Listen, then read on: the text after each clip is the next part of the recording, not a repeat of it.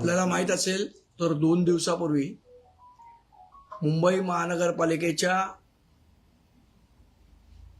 प्रिमायसेसमध्ये तिथे मी आणि माझे सहकारी सर्व नगरसेवक, आमचे गटनेते यशवंत किल्लेदार आम्ही एक पत्रकार परिषद घेतलेली.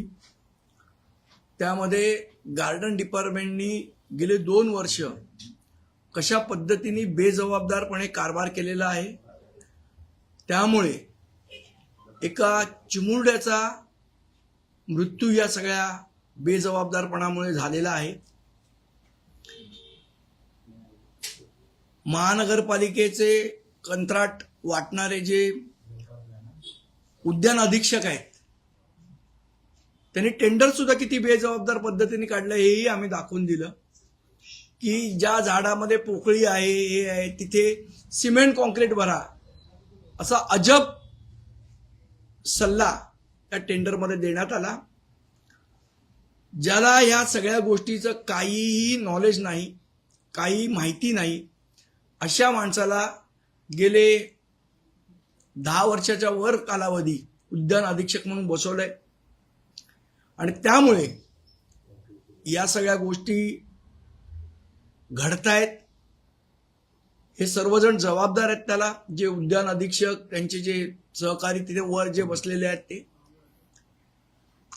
आणि त्यानंतर आपल्याला माहिती असेल तर एक अहवाल आला. त्या अहवालामध्ये या सगळ्यांना क्लीन चिट देण्याचा प्रकार झाला.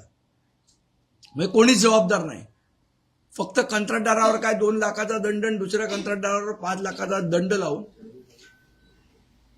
हे प्रकरण मिटवण्याचा प्रयत्न हा लगेच आमची पत्रकार परिषद झाली आणि संध्याकाळी लगेच अहवाल येतो आणि हे प्रकरण दडपण्याचा प्रयत्न केला गेला. आमची ठाम मागणी होती की या संदर्भात जो अहवाल आलेला आहे तो अहवाल आम्हाला मान्य नाही, हे आम्ही त्या दिवशी सकाळीच सांगितलं. त्यानंतर सत्ताधारी पक्षाच्या लोकांनीही, अगदी महापौरांनी सुद्धा सांगितलं हा अहवाल मान्य नाही. सगळ्या महानगरपालिकेच्या नगरसेवकांनी त्याबद्दल म्हटलं की अहवाल मान्य नाही. तरी सुद्धा प्रशासनाने त्या संदर्भात कुठलीही कारवाई किंवा भूमिका ही जाहीर केलेली नाही. त्यामुळे या सगळ्या गैरप्रकाराबद्दल, या सगळ्या असंवेदनशील वागण्याबद्दल महानगरपालिका प्रशासनाच्या विरोधात महाराष्ट्र नवनिर्माण सेना टोकाचं आणि तीव्र आंदोलन करेल. पुढच्या आठवड्यापर्यंत आम्ही त्यांना वेळ देतोय. सोमवार मंगळवारपर्यंत आम्ही त्यांना वेळ देऊ.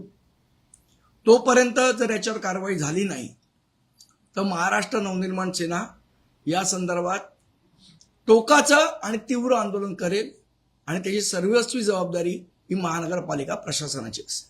पण महानगरपालिका आयुक्त अजूनही माघार घ्यायला तयार नाही आहे. मी सांगितलं ना, आम्हाला कोणी माघार, कोणी हे घ्या, त्या चिमुरड्याला न्याय मिळाला पाहिजे ही आमची मागणी आहे. ह्याच्यात कोणाचा इगो मध्ये आणण्याची कोणीच गरज नाही. एका मुलाच्या मृत्यूसमोर कोणाचा इगो महत्वाचा नाही. जे अधिकारी जबाबदार आहेत त्यांच्यावर कारवाई झाली पाहिजे आणि एका तटस्थ समितीकडून या सगळ्या प्रकारची चौकशी झाली पाहिजे ही आमची मागणी आहे.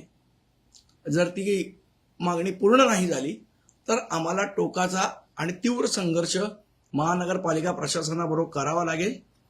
याचा आम्ही सुतोवाच काल जे आयुक्तांना पत्र दिले त्याच्यामधनं केलेलं आहे.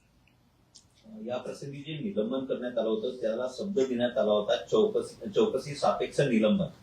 म्हणजे जी चौकशी झाली तीच मुळात चुकीच्या लोकांनी केलेली आहे. विशेष अभियांत्रिकी विभागाचे उपायुक्त, अभियांत्रिकी विभागाचे उपायुक्त हे लोक ही चौकशी करायला पहिली गोष्ट सक्षम नव्हते. त्यांच्याकडे त्या सगळ्या प्रकाराचं कुठलेही ज्ञान नाही. अशा लोकांच्या चौकशीला काही अर्थ उरत नाही. आणि आपण जर अहवाल बघितला तर ह्या गोष्टी दडपण्याचा प्रयत्न त्या अहवालात झालेला आहे. त्यामुळे आमची मागणी आहे की तटस्थ समितीकडनं याची चौकशी झाली पाहिजे आणि जो अधिकारी 2-2 वर्ष निष्क्रियपणे बसून आहे त्या अधिकाऱ्याची तिकडनं बदली झाली पाहिजे किंवा निलंबन झालं पाहिजे ही आमची मागणी आहे. उद्यान अधीक्षकांबद्दल जर आयुक्तांना प्रश्न विचारला तर त्याबद्दल ते उत्तर देत नाही. तुमचा वैयक्तिक काय हेतू असेल तर मला पत्र देऊन सांगा. आमचा कुठलाही वैयक्तिक हेतू नाही, नाही. नाही, अशा पत्रकारांना उत्तरं देतात. तुम्ही पत्र महाआयुक्तांना दिले, तुम्हाला उत्तर या पत्राचं मिळेल अपेक्षा आहे. पत्राचं उत्तर द्यावं नाही द्यावं हा त्यांचा प्रश्न आहे. जर नाही दिलं तर आम्ही संघर्षाची तयारी केलेली आहे. उद्या आमच्या विभागाध्यक्षांची बैठक आम्ही बोलवणार आहोत, मुंबईतल्या सर्व विभागाध्यक्षांची, आणि अख्खी मुंबई म्हणून ताकदीने महानगरपालिकेच्या विरोधात आंदोलन करेल.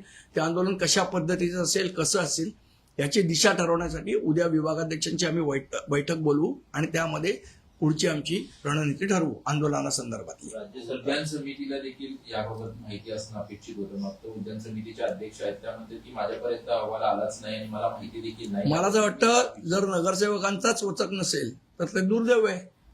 त्यांना का अहवाल आला नाही याचा जाब त्यांनी विचारला पाहिजे. या प्रकरणात राज्य सरकारचं काही गरज असते का आयुक्तांना असं वाटतंय? तर मला कल्पना नाही, माझा असा कुठला आरोप नाही, पण आयुक्त हे प्रशासनाचे प्रमुख आहेत, त्यामुळे त्यांनी त्यांची जबाबदारी पार पाडली पाहिजे. याच्या शासनाने सांगू किंवा न सांगू त्यांना. महापौरांनी फक्त म्हटले की मला अहवाल मान्य नाही, त्याच्यानंतर पुढे कोणतीच पावलं उचलली एक्झॅक्टली आमचं म्हणणं आहे की जेव्हा महापौर सांगतायत सगळे नगरसेवक त्यात हा अहवाल मान्य नाही, विरोधी पक्ष नेते पण सगळेच नगरसेवक ना, 227 नगरसेवक आणि अख्खी मुंबई सांगते की हा अहवाल मान्य नाही, असं असून सुद्धा त्याच्यावर काय पुढची भूमिका आहे प्रशासनाची ही कुठेही त्यांनी स्पष्ट केली नाही. फक्त गप्प बसून राहायचं आणि इग्नोर करायचं, ही असंवेदनशीलता चालणार नाही.